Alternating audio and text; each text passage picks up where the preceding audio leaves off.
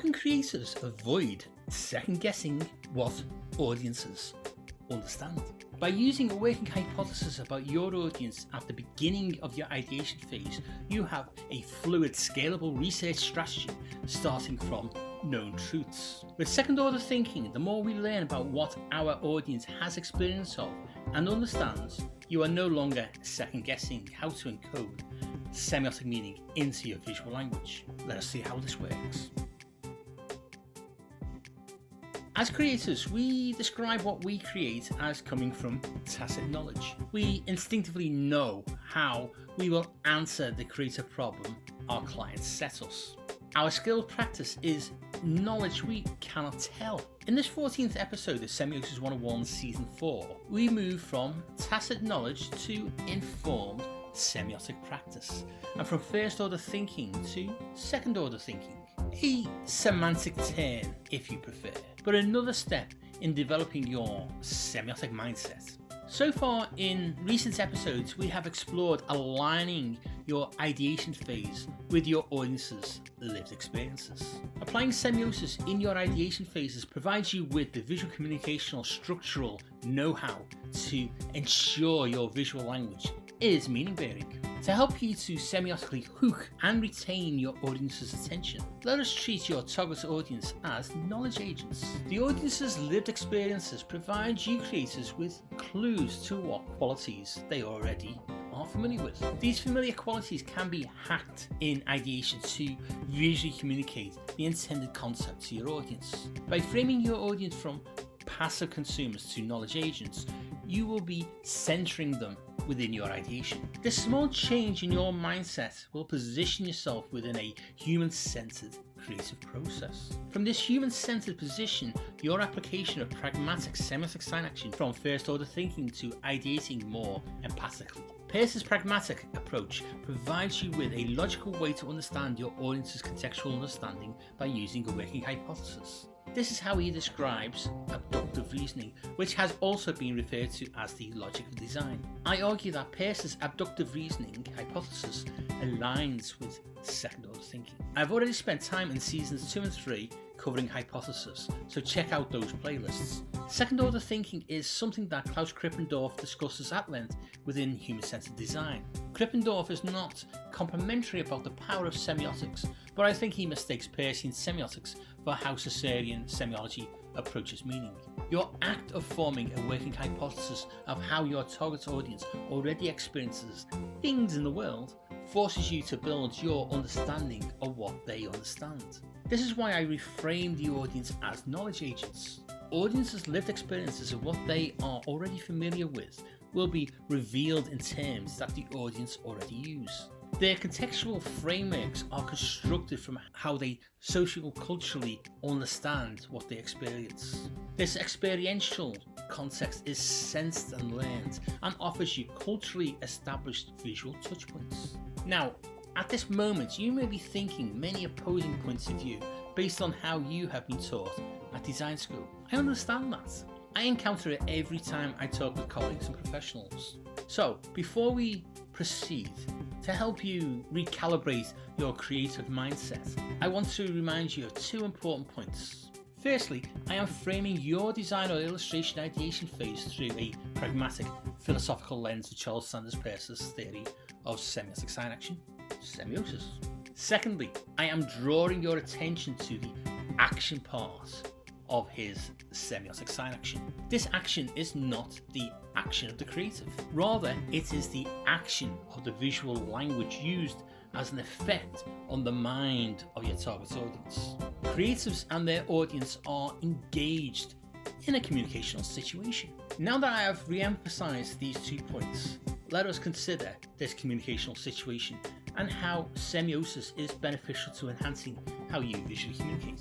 Whatever you creatives create has latent meaning-bearing qualities, even if you do not intend or realize it. Why?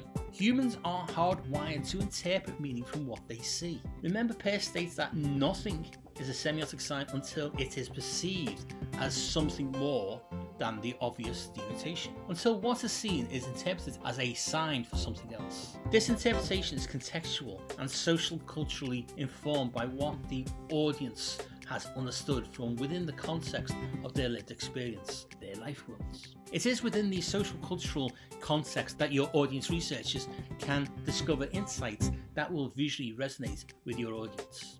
These insights are your semiotic Trojan horse. Any contextual insights that your audience research provides you, no matter how immediately superficial, helps you form a working hypothesis. You do not immediately need huge amounts of professional obtained marketing data. In fact, you may not have the budget or time to even contemplate that level of audience research. That is why the logic of abductive reasoning is referred to as the logic of design. Peirce refers to abductive reasoning as hypothesis, and hypothesis, truth, is not fixed. It evolves with each additional piece of fresh context you reveal about your audience. Hypothesis is a qualitative tool to empathically understand and confirm how your audience's contextual experience will inform their interpretation of what they see. Hypothesis helps you to begin ideating from scraps of knowledge. Applying semiosis helps you align your visual language. By employing second order thinking, by treating your target audience as knowledge agents, and by recalibrating your creative mindset to understand that what you create will also have a subconscious effect on the minds of your audience, your ideation can be informed by key qualitative contextual insights that will enhance the effectiveness of your visual communications. Or if you want to read more about this, then check out the Semiosis 101 Semiotic resource on Ghost. Link is below in the description. To begin to conclude, as you begin your ideation to answer a problem your client has briefed you on, you sketch out ways you think will creatively provide an engaging aesthetic solution. This has the inherent first order thinking trap of only focusing on what you, as creatives, aesthetically like. This reduces your visual communication effectiveness. Let me recalibrate your creative mindset to summarize what we have been discussing so far.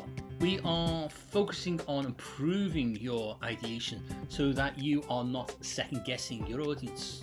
Over the last 2 episodes, we have briefly unpacked first order thinking.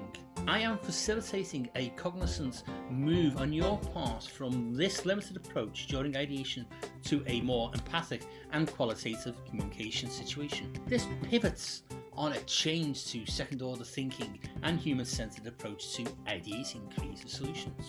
With me so far? Good. If not, watch the last few episodes to familiarize yourself. From this cognizant ideation position, you can open yourself to audience-focused ideation, second-order thinking, and away from creative-centric ideation decisions, first-order thinking.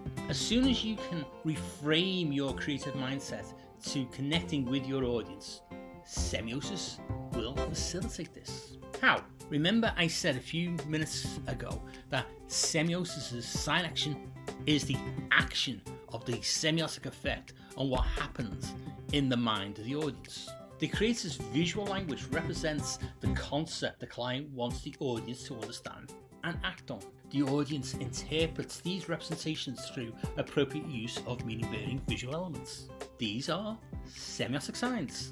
The aim of the client and the creative is to mediate the audience to connotatively interpret this concept. Then they want that audience to take the action the client needs them to, e.g. buy this, go here, read this, etc. Last episode we came to the understanding that just because as the creatives you design or illustrate from your aesthetic likes, your audience is not guaranteed to understand what you think may be obvious. Through the pragmatic semiotic sign action determination flow, you creators can enhance how you visually communicate. This looping flow of sign action between the client's concept, the creator's representations, and the audience's interpretation affords you to encode levels of meaning-bearing semiotic signs into your designs and illustrations. These levels of meaning are released as the audience perceives and interprets what they see.